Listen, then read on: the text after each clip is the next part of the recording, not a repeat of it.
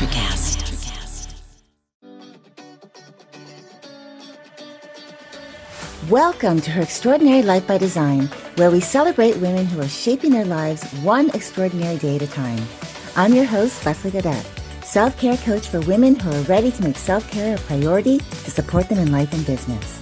Every week, I'll be speaking with inspiring women from various walks of life who will share their personal journeys and will discover how they have fearlessly carved their own paths as business owners, passionately pursuing their dreams and creating a meaningful impact on their communities. So let's get started. Hey, welcome to Her Extraordinary Life by Design. I'm your host, Leslie Gaudet, and I want to welcome you back if you've been following for a while, and if you're new around here, welcome to my world. I'm so glad you're here. So this month of October, we've been unpacking what it really means to live resilience by design.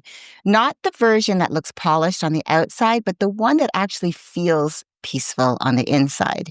And today we're going to take it a step further because sometimes resilience doesn't need a new framework. Sometimes it just needs a few honest answers to questions that never seem to go away. So tell me if this sounds familiar to you. Everything on your schedule looks doable, but halfway through your day, you realize that you're running on fumes.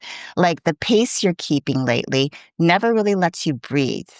You've mastered the art of showing up calm on the outside while your energy quietly frays underneath. And you're left wondering, why does it take so much effort to feel steady? Listen, you're not alone. That's why today I want to answer real questions women like us ask. And it's not about how to do less or slowing down, because let's be honest, when we get told to slow down or to do less, well, if you're like me, it doesn't sound like an empowerment move. At least for me, it doesn't. Hear me out. What I mean is that it's not stopping, like a full stop where you're left feeling like you're losing momentum or that you could lose momentum. And it's not about doing less, which makes you feel like, well, how am I supposed to finish what I have on my plate on time if I do less? Because that will mean I'll have to stretch things out longer than I may have the actual ability to do, especially if they're deadlines. That's not what I'm talking about. What I am talking about is how to move through what's already on your plate without losing yourself in the process, and how to stay steady in a life where the pace is quick and there always seems to be more to do. But before we get into the questions, let's slow it down for a moment. I want you to picture I want to leave you with a visual, because this is how I always start these. And the reason why I do this is I want to anchor this in. I want to bring this home so that you can really understand the reason why I feel energy is so important and building resilience is so important, so that we live the lives that we truly picture us living, right? So picture Jordan. She's a high-level executive and founder of her own company, the kind of woman who built her success from clarity and drive, but now manages more people, projects, and pressure than ever. She's the one her team depends on to make all of the decisions, the one her friends go to for clarity when they're trying to figure out what their next move is, and the one who always seems grounded no matter what's happening around her. That's how she presents herself. Her calendar is tight, but it's controlled. It's color-coded, synced, and planned. And every Sunday night, she sits with her planner open and thinks, okay, what do I need to do? Which is not a bad thing. But she says, what do I need to do? What do I need to have in place so to make this week feel easier so I don't lose steam midweek? Again. So she blocks her focus time, rearranges a few meetings, plans her workouts, moves things around, trying to make space. And she's hopeful, whispering to herself, if I plan it right this time, maybe I'll make it through the week feeling accomplished. Maybe I'll finally have the energy to actually enjoy the weekend with the kids instead of using it to recover. What she doesn't realize is that she's still managing her schedule, not her system. Because even though her week looks manageable on paper, her energy isn't actually built to sustain it. So that by midweek, her energy feels maxed out. Her focus fades faster, and her capacity to hold it all together starts to slip. Not because she's unmotivated, but because she's still organizing from effort, not energy. She's keeping the pace, but it's costing her way more energy than it should. And she tells herself it's just a busy stretch, that things will slow down soon. But if she's being honest with herself, she's been saying that for months now. Because lately it just feels like everyone and everything is just a little too dependent on her holding it all together. Every plan still relies on her energy being perfect. Every reset still relies on her remembering to make space for it. And even that starts to feel like one more thing to manage. She's built her world on effort, not support. And that's the part she can't quite see. She's not missing drive. She's missing the structure that protects it. Her routines, the early mornings, the workouts, the journaling, the meditations, all work individually, but none of them are supporting each other fully because they're designed around time, not energy. Her energy doesn't replenish. It just drains and refills, week after week after week, until even recovery feels like another task to complete. So when she starts asking herself questions like, why do I always feel like I'm rebuilding instead of sustaining? Or why do I know what to do, but it still takes so much effort to do it? That's when the truth starts to land. Because these aren't questions about motivation. They're questions about structure, energy flow, and self support. And that's where the real questions we ask ourselves come from. The ones that surface when discipline stops working and we realize it's not about doing less or even slowing down. It's about building differently. You know, the thing about high functioning women is we don't ask surface level questions. We ask the quiet ones. We're asking only ourselves, right? We're kind of thinking about it, the questions that show up in the back of our minds after a long day when the noise fades and we start to wonder, how do I know if I'm being resilient or just coping well? Why does resilience still feel like recovery instead of rhythm? How do I protect my energy without feeling like I'm pulling away from other people? And maybe the biggest one of all, how do I reset when I feel like I don't have time to slow down? Because deep down, we're not confused about what to do. We already know how to push through, how to recalibrate, how to hold it all together. But what we really want is to know why it still takes so much effort to feel steady and how to make that steadiness last. These are the questions that reveal the difference between coping and creating sustainability, between holding it together and being held by what you've built. So today I want to unpack each one of these questions because when you start answering them honestly, that's when you stop running your life from reaction, you start running it from rhythm. So let's start with the questions that, again, most of us don't say out loud, the ones that surface after another busy but productive week, because resilience isn't something you can see on your calendar. It's something that you feel in the spaces between your meetings, in the way you exhale after a long day, in whether your energy refills when you rest or just resets enough to start again, right? And that brings us to the first question. How do I know if I'm being resilient or just coping well? The thought that runs in the background is, if I can handle it all, I must be resilient, right? It sounds noble. It sounds strong, dependable, capable, and you've probably been praised for it your whole life. You hold it together when things fall apart. You keep calm when others lose their footing. You push through because you can and you always have. But underneath that composure, there's a subtle question that creeps in at the end of long weeks. If I'm so resilient, why does it still take so much effort for me to feel steady? And that's because what you're calling resilience is often just coping at a high level, running on adrenaline disguised as focus, managing from control instead of alignment. And here's a hidden cost of that belief. When you equate resilience with endurance, you turn your steadiness into a performance. So you spend your energy holding it all together instead of having a structure that supports you, right? And that's why you wake up clear on Monday, but by Wednesday, you're drained because your energy isn't being replenished, it's being rationed. Your nervous system never gets to settle.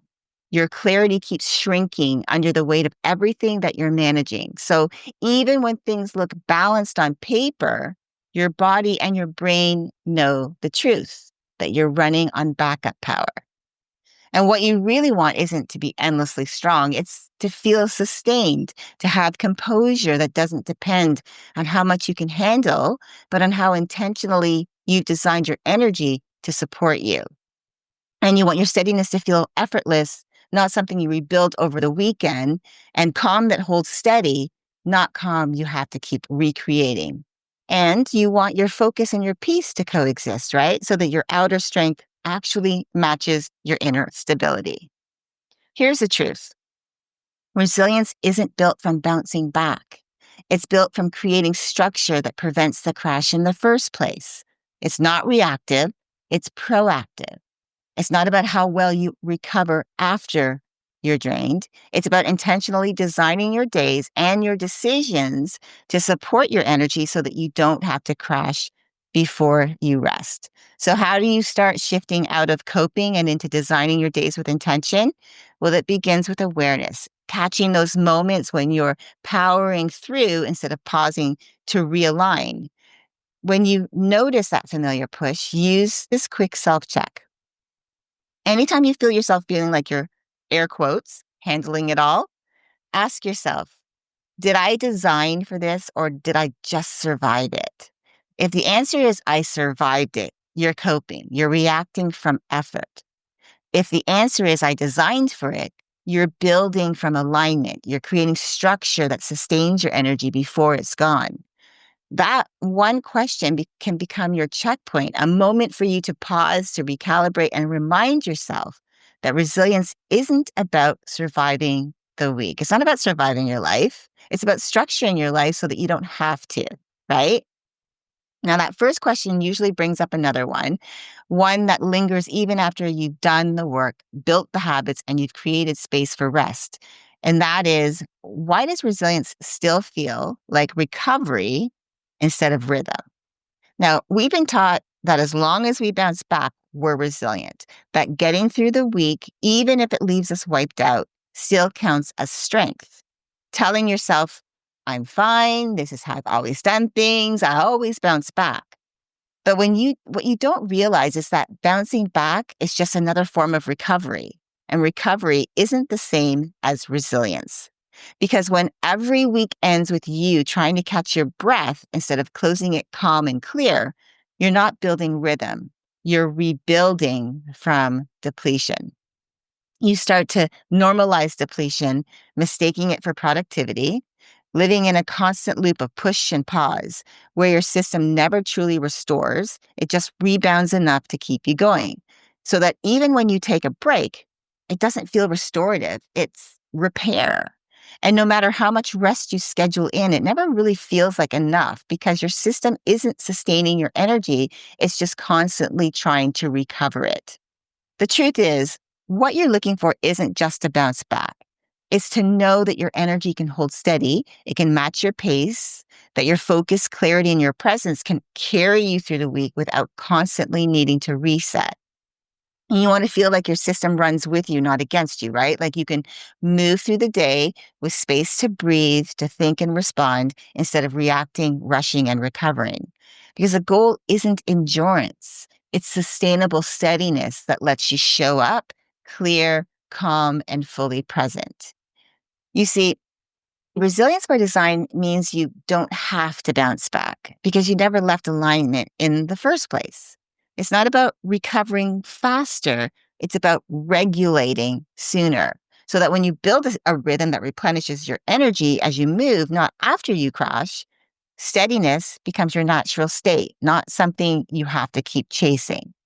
So you're probably asking, well, how do I start doing that? Well, it begins with you factoring in small, consistent check ins, micro resets that stabilize your energy before it drops. Think of them as pre recovery checkpoints. Before your next meeting, as an example, between tasks, or even before you open your email, take 60 seconds to breathe, to ground and clear your mind. Because those moments aren't just breaks, they're the architecture of rhythm. They teach your nervous system that you don't have to crash to recalibrate. And once you start noticing where your energy dips, another question usually follows, not about your schedule, but about your relationships. Because when you're learning to protect your energy, it's not just your time that gets tested, it's your connection with other people. And you start to wonder, how do I protect my energy without feeling like I'm pulling away from other people? This is important because I think a lot of the time, like especially if you're a sensitive person, I'm a super sensitive. I'm sensitive about how other people, when I'm interacting with other people, about how my energy affects them. Because you see, somewhere along the way, I know that I've learned this, but I know a lot of women I've talked to, we've learned that protecting our energy looks like pulling away, like creating space means becoming distant, unavailable, or less caring. So instead of making yourself a priority, what do? You stay open, you stay accessible, you're on call for everyone who needs you, and tell yourself, I don't want anyone to feel like I've checked out, or it's just easier to keep showing up. Because even though you're craving quiet, you still want to be seen as dependable, to be generous and present. But what starts out as care quietly turns into overexposure where everyone has access to you except you. When you equate protection with withdrawal, you start living in over availability mode. Okay. What I mean by that is when you say yes when you're already spent, when you're responding when you really need to rest and you're absorbing more than your system can process at that time because you've stopped listening to you and everything else becomes the focus or everyone else becomes the focus, you hold the weight of conversations, emotions, and expectations that aren't even yours to carry. And even the connections that you love, they start to feel heavier, not because they've changed, but because your capacity to hold those relationships did. That's the invisible cost because you start showing up out of duty instead of desire, out of obligation instead of desire. And slowly you lose your joy. It begins to fade under the noise of everyone else's needs and could even possibly land you in emotional burnout because you've been giving and giving and giving of yourself so much. And I've talked about this on this podcast before many times. If you go back into the vault and you check out my solo episodes, there's many episodes where I've talked about this, especially emotional burnout, because I've experienced it multiple times. And it's why I started coming forward and really talking about my experience to really be able to help others who may have been experiencing that. And a lot of it comes down to holding everyone else above above your well-being, taking care of them first. So what do you want? Well, I know you want to stay connected, right? You want to stay present and approachable, but without the invisible drain of being on all the time. And I've heard that being thrown around a lot as well, always feeling like you're on, right? You want to give freely, obviously, without it costing you your calm. And you want connection that feels reciprocal, not one way. And, a lot of the time, relationships can feel one sided if you allow it to be, because this is the person that you are, right? And you want to protect your peace without being misunderstood as detached or unavailable. Really, you just want to stay open hearted and energy conscious to feel connected and contained, not like you have to choose between the two. So, energy protection isn't about creating walls, it's about creating flow. When your energy has rhythm and structure, clear moments for engagement and recovery, your presence with others actually deepens. You stop connecting from depletion, obligation, guilt, fear, all of those, and you start to connect from alignment. Because when your system supports your capacity, you don't need to withdraw to stay balanced. You simply move between output and restoration in a way that keeps both your calm and your connections intact. So let's break this down. Before you can protect your energy around other people, you first have to reconnect to yourself. Because if you're not anchored in your own system, every interaction can start pulling from your reserves instead of meeting you where you are. So before you say yes to a conversation, a request, or even offer emotional support to someone else, take 30 seconds for a connection calibration pause, which is a quick internal check that keeps your energy yours, and ask yourself, where am I right now? Like, how do I feel? Am I grounded? Am I open? Or am I already running low on energy? If I engage right now, will it cost me my time later that I've set aside for me? That is my self-care moment, my time for me to re-energize, to recharge. And what would help me stay present and protected without overextending my energy and my capacity? Is it taking a brief pause before I respond? Is it setting a clear limit on how much time I'm available for? Or scheduling a later check in when I have more energy to give? Here's why this matters, okay? When you check in like this, you're not pulling away from the other person. You're choosing how to connect in a way that doesn't empty you. That's the shift. Protecting your energy doesn't mean pulling away. It just means to stay present in a way that doesn't require you to abandon yourself to prove that you care.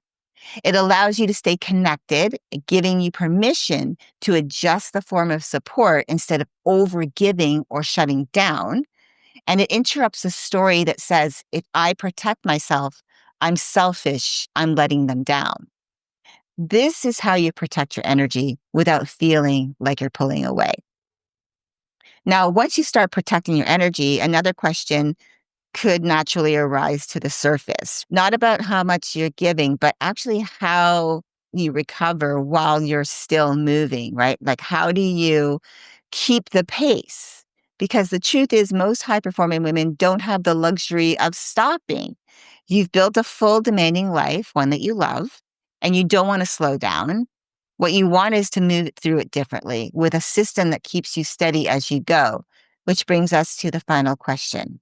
How do I reset when I feel like I don't have time to slow down? Like I said, when we hear the words like slow down, to stop, it just feels like we are being told, like, that's the only way that we can sustain ourselves. And I just truly don't believe that. I feel like you can put in these micro resets throughout your day, not having to completely stop. Obviously, you're going to stop and take a moment to reset, to whether it's taking some time to just anchor yourself back into noticing your breath, to getting up and going out for a walk, exercise. Maybe it's reading, maybe it's listening to a podcast, maybe it's just being and relaxing. If you have a beautiful garden, and you go out and sit and you have your afternoon tea and you're just relaxing and just being, it's not necessarily that you're stopping, you're just taking a moment to reset. So, one of the things that you might believe, though, is that resetting means, again, like I said, that you have to stop everything, right? That real rest only happens once the day ends or once you've cleared your plate. Like, as I said, I don't believe that you have to do that. So you tell yourself that I'll rest when things slow down, or I'll take a break once I finish this. But the truth is, recovery, and I use the word recovery in this sense that it's not necessarily that you're recovering to bounce back. It's not about that type of recovery. It's about resets, right? Those micro resets. So the micro resets, that recovery time, that focus time to take care of you doesn't have to require you stopping mid-stop, that's it for the day. It requires those small intentional resets to protect your energy while you're still moving. Moments that take seconds, not hours, but completely can change how you feel for the rest of your day. When you treat recovery as something that only happens once the weekend arrives or when you finally take a vacation, you turn that restoration into a have to do repair moment instead of a natural rhythm. Because when you keep pushing through those small dips until they turn into full crashes, your brain, your body, they eventually force you to stop. And by then, you're too depleted to enjoy the downtime you've been craving. So instead of truly restoring yourself, you end up spending your recovery trying to recover, not actually rebuilding your reserves. That's the reason why even vacations feel like decompression instead of real recovery, like rest, like enjoying them, right? It's why your vacations don't sometimes your vacations feel like I'm escaping my life, right? Because I've just been so crazy busy that it's all almost like you can't even really enjoy being on vacation. What you really want is to move through your day with steady kind of ease, where you can be present in what you're doing without constantly checking the clock or feeling like you're behind. You want to trust that your energy will actually last, that you can finish your day with something left over for your life, not just for supporting your to-do list. You don't want to keep swinging between all in and completely wiped out, right? You want to feel clear, steady, strong, even when things are full, like you can keep your pace without losing yourself in the process. Being resilient isn't about a hard stop. It's about regulating while you move. It's learning to integrate micro resets throughout your day through awareness, alignment, and application. Awareness, which is noticing what your system actually needs in the moment, which is rest, movement, focus, or release. Alignment, which is matching your pace to your current capacity so that you're not pushing through signals that your body's sending you. And it's through application, which is taking one small physical or mental action that helps you return to steady. A breath, a stretch, a walk, a 5-minute recalibration before your next task. Because when you build these micro resets into your rhythm, you're not taking breaks, actually. What you're doing is training your energetic system to stay balanced while it's in motion. So here's the thing most of us do. We wait until our body and our brain force us to stop before we give them what they've been quietly asking from us all day. And that's why resets aren't just about factoring in a break between meetings or calls or the constant mental tabs that you keep open, trying to stay ahead of your day. And on the flip side to that, it's not about slowing down and losing momentum. It's about staying paced without running past your own capacity. It's about checking in before you reach your breaking point, taking a moment to reconnect, realign, and re-engage from steadiness instead of survival mode. Because when you learn to pause for just a minute between what you just finished and what you're about to step into next, like before your next meeting, a client call, or even school pickup, that's where your resilience starts to rebuild itself in real time. So what does it look like? It looks like taking a 60-second awareness alignment application reset before your next meeting or your client call to notice what your body and your mind are signaling. Are you tense, tired, or distracted, right? This is where you're going to listen before you act. This is the awareness piece, right? Then for the alignment piece, you decide what your system actually needs next, whether it's more focus, a reset, or a release. This is the moment of choice where you align your next move with what supports you most. And then finally, for the application part, take one small intentional action, a deep breath, a full body stretch, a grounding cue, whether through breath, sound, or touch, something that signals to your nervous system, we're safe, we're steady, we can keep going. These 60-second resets might not seem like much, but they can help to rebuild your baseline in real time because they can keep you connected to your body's data instead of waiting for depletion to tell you what's wrong. So now that you've been listening to these questions, maybe you're thinking, that's me.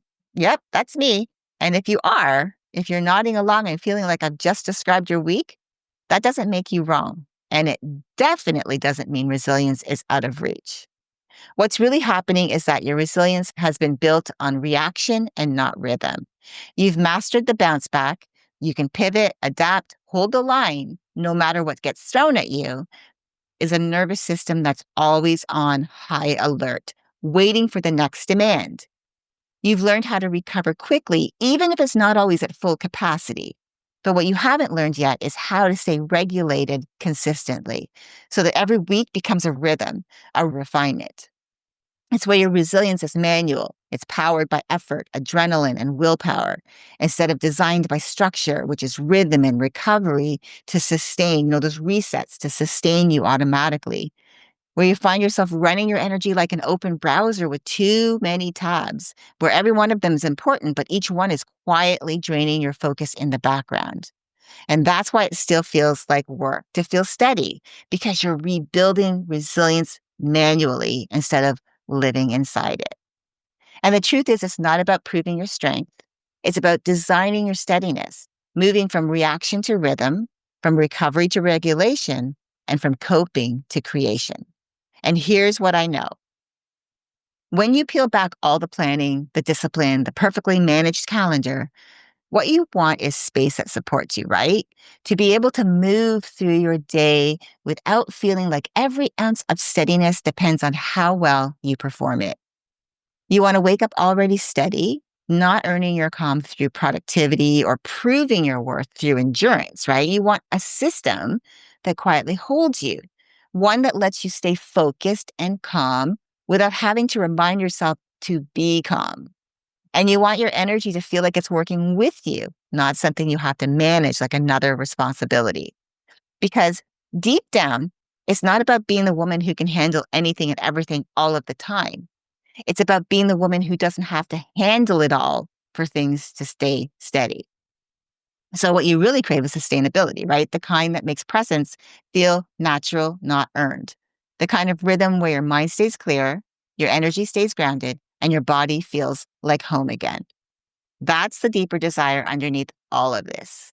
Not just to function well, but to feel well while you're leading, while you're creating and living the life that you've built. So now that we've peeled back what resilience really looks like, not the version we perform, but the one we live, and we've unpacked some questions that women like us around this topic are asking, here's the truth I want you to hold on to. The issue has never been your ability to push through. You already know how to do that.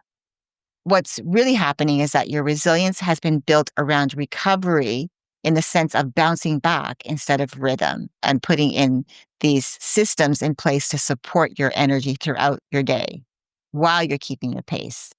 It's been something you leaned into earning back after a hard week instead of something your system naturally sustains. And when you live like that long enough, effort starts to feel like identity, where you start confusing being strong with being steady. And you start believing that calm only comes after the chaos instead of realizing it can exist through it. But this is a shift I want you to understand. When you build your resilience muscle and you create systems that support you by design, then you stop managing your energy like a problem to fix and you start treating it like a system that supports you. It's not about getting better at recovering from depletion. It's about designing a rhythm that keeps you from reaching depletion in the first place. And when you start living from that place, your pace doesn't slow down. Your nervous system just stops sprinting to keep up. Your clarity comes back online because you're no longer choosing from adrenaline, and your steadiness stops being something you search for and it becomes the baseline you build from. So before you get back to your day, I want to leave you with something to sit with, not to fix, just to notice. Think about how you've been moving through your days lately. How much of your schedule is actually designed around your energy? And how much of your energy is spent trying to keep up with your schedule? Maybe you wake up already in motion, scanning the day, shifting priorities, adjusting on the fly. Or you tell yourself, once this project wraps up or once things calm down, you'll finally have time to breathe. What if the shift isn't about waiting for calm? What if it's about creating it, one small decision at a time? So as you get ready to get back to your day, I want to leave you this final question I want to leave you with. How often do you build your day around your energy versus adjusting your energy to fit your day? And what might change if those switched places? Because asking yourself that single question, if you let it linger for a minute, it can change how you move through everything else that comes next. So take some time this week to notice where you're reacting to your day instead of leading it. Notice what feels natural versus what feels forced. And notice how intentional resets cost you nothing, that they give you back everything that matters. Now, if you've been realizing that your steadiness still depends on how hard you work to keep it, that your calm feels earned instead of automatic, that your system is telling you it's time for a different way, I want you to know that resilience was never meant to feel like a full-time job, okay? It's a design choice, and once you design for it, steadiness becomes a natural result, not another thing to maintain. And that's exactly what we do inside the Aligned Self-Mastery experience. Together, we map how you're spending your best energy, where it's being invested intentionally, and where it's quietly leaking through overcommitment, overthinking, or overgiving. We refined your decision filter so that every yes feels clean, aligned, and energizing, and we build the recovery rhythms that keep you grounded through growth seasons, not shaken by them. But before we even talk about the Aligned Self-Mastery experience, the first step really is to book a yes reset strategy call with me. And on our call, we'll look at how your current energy system is operating, map out your decision patterns, and identify the one or two structural tweaks that could help you feel clearer and more supported. And if it's a fit, we'll talk next steps and whether joining the Aligned Self-Mastery experience is the right next step for you. So the link to book your call is in the show notes. Now, as you head into the rest of your week, I want you to remember this. You don't need to do more to feel steady. You need your energy working in alignment with you. You need a system that sustains you, one built through awareness of your energy, alignment with what matters most right now, and application that turns that clarity into rhythm. Because the steadiness you're looking for comes from building the kind of structure that supports you while you move. So before you dive into the next thing, your next meeting, your next call, or even just the next thought, give yourself a 60-second reset. One pause, one moment of awareness, and start shifting from managing your energy to mastering it. Because steady energy is what allows you to stay grounded, clear, and responsive, even when the pace is full. And when your system supports you, your calm becomes a strategy that carries everything else forward. Thanks for tuning in today. I hope this conversation gave you a clearer picture of what real resilience can look like. Not the kind that you perform, but the kind that you live, and that it has reminded you that protecting your energy is what keeps everything else in motion. Until next time, keep dreaming, keep believing, and keep designing your extraordinary life one day at a time. Thank you for joining me on Her Extraordinary Life by Design. I hope you've been inspired and empowered by the incredible stories shared on this show. If you enjoyed this episode and the conversations we've had, I would greatly appreciate if you could take a moment to leave a review. Your feedback and support mean the world to me, and it will help others discover the podcast and join our empowering community. Remember to hit the subscribe button so you never miss an episode. Together, we can continue to learn from these amazing women, uncover their extraordinary journeys, and be motivated to create our own lives by design. Thank you again for tuning in. Until next time, stay empowered and keep shaping your extraordinary life one day at a time.